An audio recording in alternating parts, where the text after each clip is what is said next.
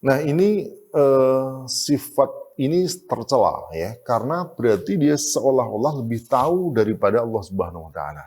Ya, jadi apa namanya? Jadi ada beberapa ya penyebab. Mungkin dia merasa bahwa hukum Allah ini tidak maslahat. Lalu karena tidak maslahat, lalu kemudian dia tinggalkan. Berarti apa? Dia tuh merasa dirinya lebih tahu tentang kemaslahatan dibanding dengan Allah Subhanahu Wa Taala. Betapa tercelanya orang yang punya anggapan seperti itu. Dan Allah SWT mencela kepada orang Yahudi yang punya sikap seperti itu.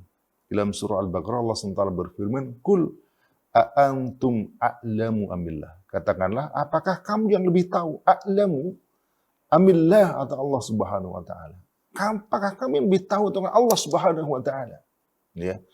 Dan ayat itu sebenarnya sudah jelas jawabannya.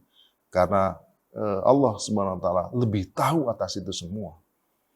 Manusia betapa bodohnya, ya, sehebat-hebatnya manusia, sepandai-pandai manusia, dia tidak akan bisa menciptakan seekor lalat.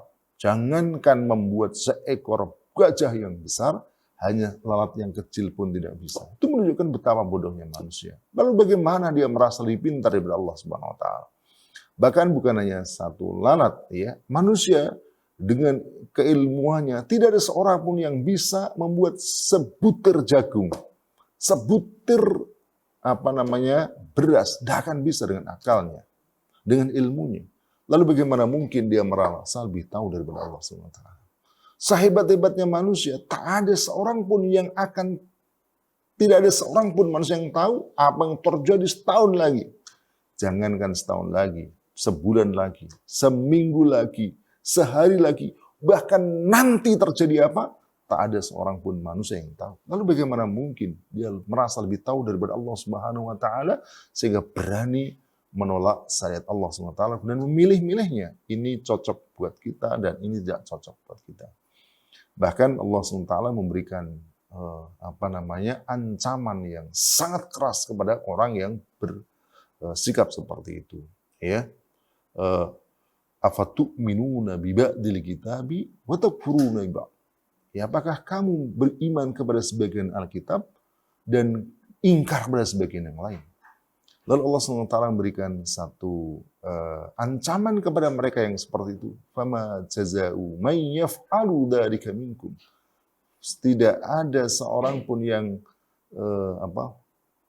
mengerjakan itu di antara kalian illa khizyun fil hayatid dunya, kecuali kehinaan dalam kehidupan dunia, wa yuradduna ila syadil adab, dan dia akan dikembalikan kepada adab yang sangat pedih. Ini adalah ancaman Allah SWT kepada mereka yang mengambil sebagian ayat dan melemparkan sebagian yang lain. Dan sebenarnya ketika itu dilakukan, dia tidak sedang berhukum kepada Allah. Dia sedang berhukum dengan hawa nafsunya. Karena dia hanya mengambil yang cocok dengan hawa nafsunya. Berarti Al-Quran itu bukan sebenarnya yang dia gunakan sebagai hukum. Ya, kalau suatu saat ia gunakan Al-Quran, bukan karena Al-Quran sendiri, tetapi karena kecocokan dengan hawa nafsunya.